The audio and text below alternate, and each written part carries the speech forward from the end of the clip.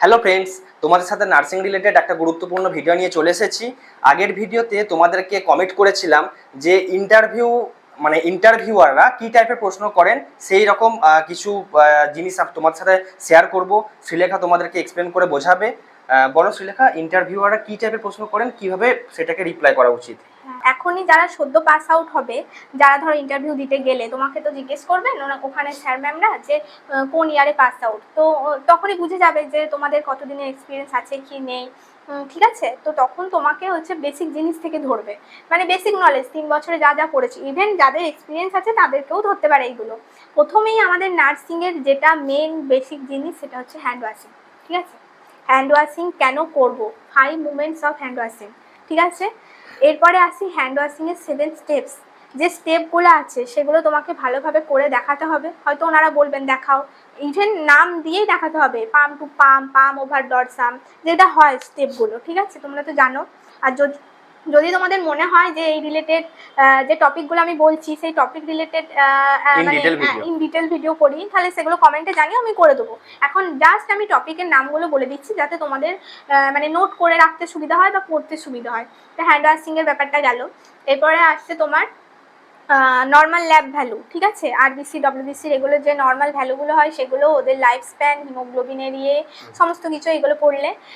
তারপরে মেন তোমার টপিক আসছে যেটা ইম্পর্টেন্ট, সেটা হচ্ছে বিএমডব্লিউ ম্যানেজমেন্ট। তুমি তো পেশেন্ট কেয়ার দিয়ে দিলে, এরপরে তুমি কিভাবে কি জিনিসপত্র ডিসকার্ড করছো সেগুলো তো দেখতে হবে। তুমি পেশেন্ট কেয়ার দিতে গিয়ে তো তুমি পরিবেশকে মানে ক্ষতি করতে পারো না পরিবেশের। তাই বিএমডব্লিউ ম্যানেজমেন্টটা খুব ভালোভাবে পড়বে, কোন বাকেটে কি ফেলা হচ্ছে। আর হচ্ছে একদমই মানে ওগুলো অনেকে গুলিয়ে যায়, জানা জিনিস সামনে গিয়ে ভুল করে চলে আসে। ঠিক আছে, স্যার ম্যামদের সামনে গিয়ে ভুলে বলে চলে আসে। তারপরে আসছে তোমার ইনজেকশন কতটা তুমি সেফলি দিতে পারছো, যাতে করে তোমার নিজেরও কোনো হার্ম হচ্ছে না, তুমি পেশেন্টকেও কোনো ইনফেকশন দিচ্ছ না। আইএম ইনজেকশন, আইভি ইনজেকশন, এই কতটা সেফলি তুমি দিতে পারছো, কি তুমি এর মধ্যে কি প্রসিডিওর ফলো করছো সেটা। ঠিক আছে, দেন তোমার আসছে ইনজেকশনের পরে আসছে তোমার এনএসআই, নিডল স্টিক ইনজুরি। তুমি কাউকে ইনজেকশন দিতে গিয়ে সেই নিডলটা নিজের মধ্যে ফুটে নিলে ভুলবশত, এটা সবারই হয়, আমারও হয়েছে অনেকবার। কাজ করতে গেলে ভুল তো হবেই। হ্যাঁ, তো ভুলবশত তুমি ফুটিয়ে নিলে, তার আগে তো তুমি সেফটি ফলো করছো, ইনজেকশন সেফটি, তবুও যদি না হয়, তবুও ভুলবশত ফুটে গেল, তখন তুমি এনএসআই এর আন্ডারে চলে গেলে। নিডল স্টিক ইনজুরি হলে তুমি কি করবে, কি প্রোটোকল আছে এইচআইভি আর হেপাটাইটিস বি এর জন্য, সেটা হলো ওদের ভ্যাকসিন তো আগে থেকে নিয়ে নিতে হয়। হ্যাঁ, ভ্যাকসিন নিয়ে নিতে হয়, তাও কিছু প্রোটোকল থাকে, সেগুলো মেনটেন করতে হবে। আর হচ্ছে এবার তোমার আসছে ইনফেকশন কন্ট্রোল। তুমি ওয়ার্ডে যে একজন সিস্টার, তুমি ইনফেকশন কন্ট্রোল কিভাবে করবে, তো সেখানে তোমার অনেক কিছু ইনস্ট্রুমেন্ট থাকছে, অনেক কিছু ইকুইপমেন্ট থাকছে, সেগুলো তুমি কিভাবে কি করলে।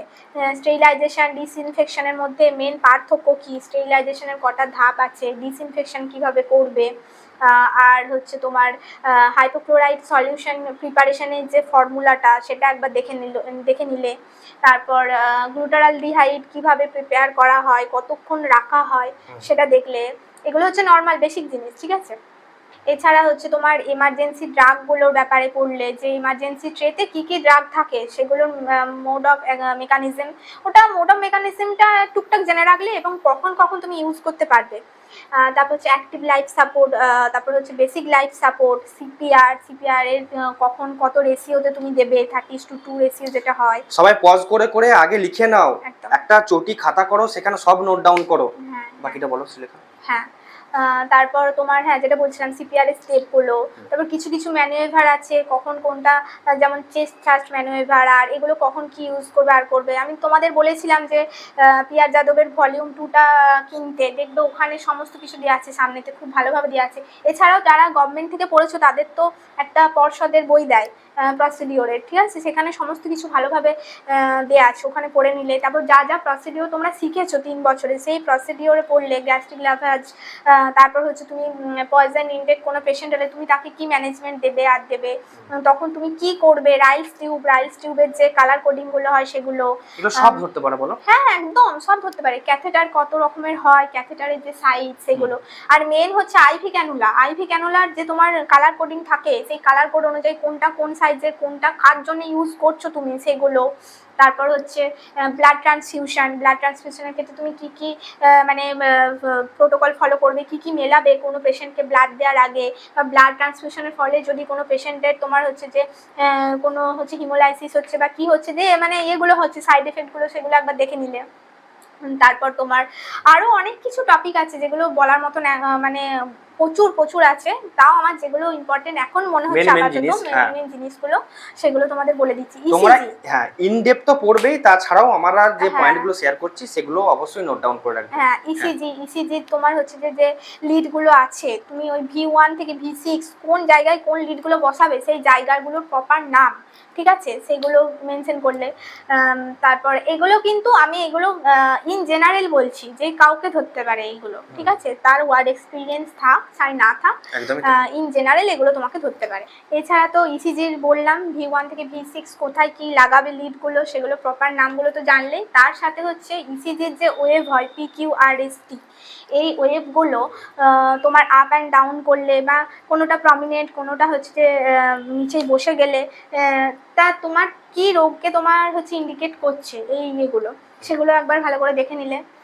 এছাড়াও মেন ইন জেনারেল যেগুলো খুব ইম্পর্টেন্ট সেগুলো হচ্ছে snake bite, dog bite, cat bite, rabies vaccine, এগুলোর র্যাবিস ভ্যাকসিনে IM আর ইন্টারডার্মাল এগুলোর যে তোমার হচ্ছে আছে মানে কি বলবো ডোজ আছে, সেই ডোজগুলো কখন কি ইমিউনোগ্লোবিউলিনটা পাবে সেটা, র্যাবিসের যে তোমার 3টে ক্যাটাগরি আছে, তুমি কোন ক্যাটাগরিতে পেশেন্টকে ফেলবে, ক্যাটাগরি 1, 2, 3 অনুযায়ী তাদের ম্যানেজমেন্ট। স্নেক বাইট হলে তুমি কি করবে, তোমাকে ধরো সাপোজ বললো তোমার একটা মানে গ্রাম্য হাসপাতালে তোমার ধরো ডিউটি পড়েছে, তুমি সেখানে জয়েন করেছো, এরকম সিনারিও তো তুলে দেবে। হ্যাঁ দেবেই। তো তোমাকে স্নেক বাইট হয়ে এসেছে একজন পেশেন্ট, সে সাপটাকে দেখেছে, তো তুমি তখন হচ্ছে যে কি ম্যানেজমেন্ট দেবে। ধরো সে সাপটাকে দেখেছে তখন কি ম্যানেজমেন্ট দেবে, আর ধরো সে সাপটাকে দেখেনি তখন তুমি কি ম্যানেজমেন্ট দেবে। কিন্তু সে জানে একটা সাপে কামড়েছে, বাট কি সাপে কামড়েছে তোমরা তো জানো যে বিষের দুটো ধরন আছে, নিউরোটক্সিক আর হেমাটোটক্সিক, তো সেই অনুযায়ী কি ম্যানেজমেন্ট দেবে সেগুলো।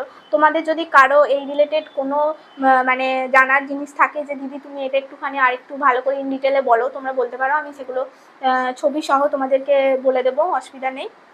তো snake bite, dog byte, rabies এগুলো গেল।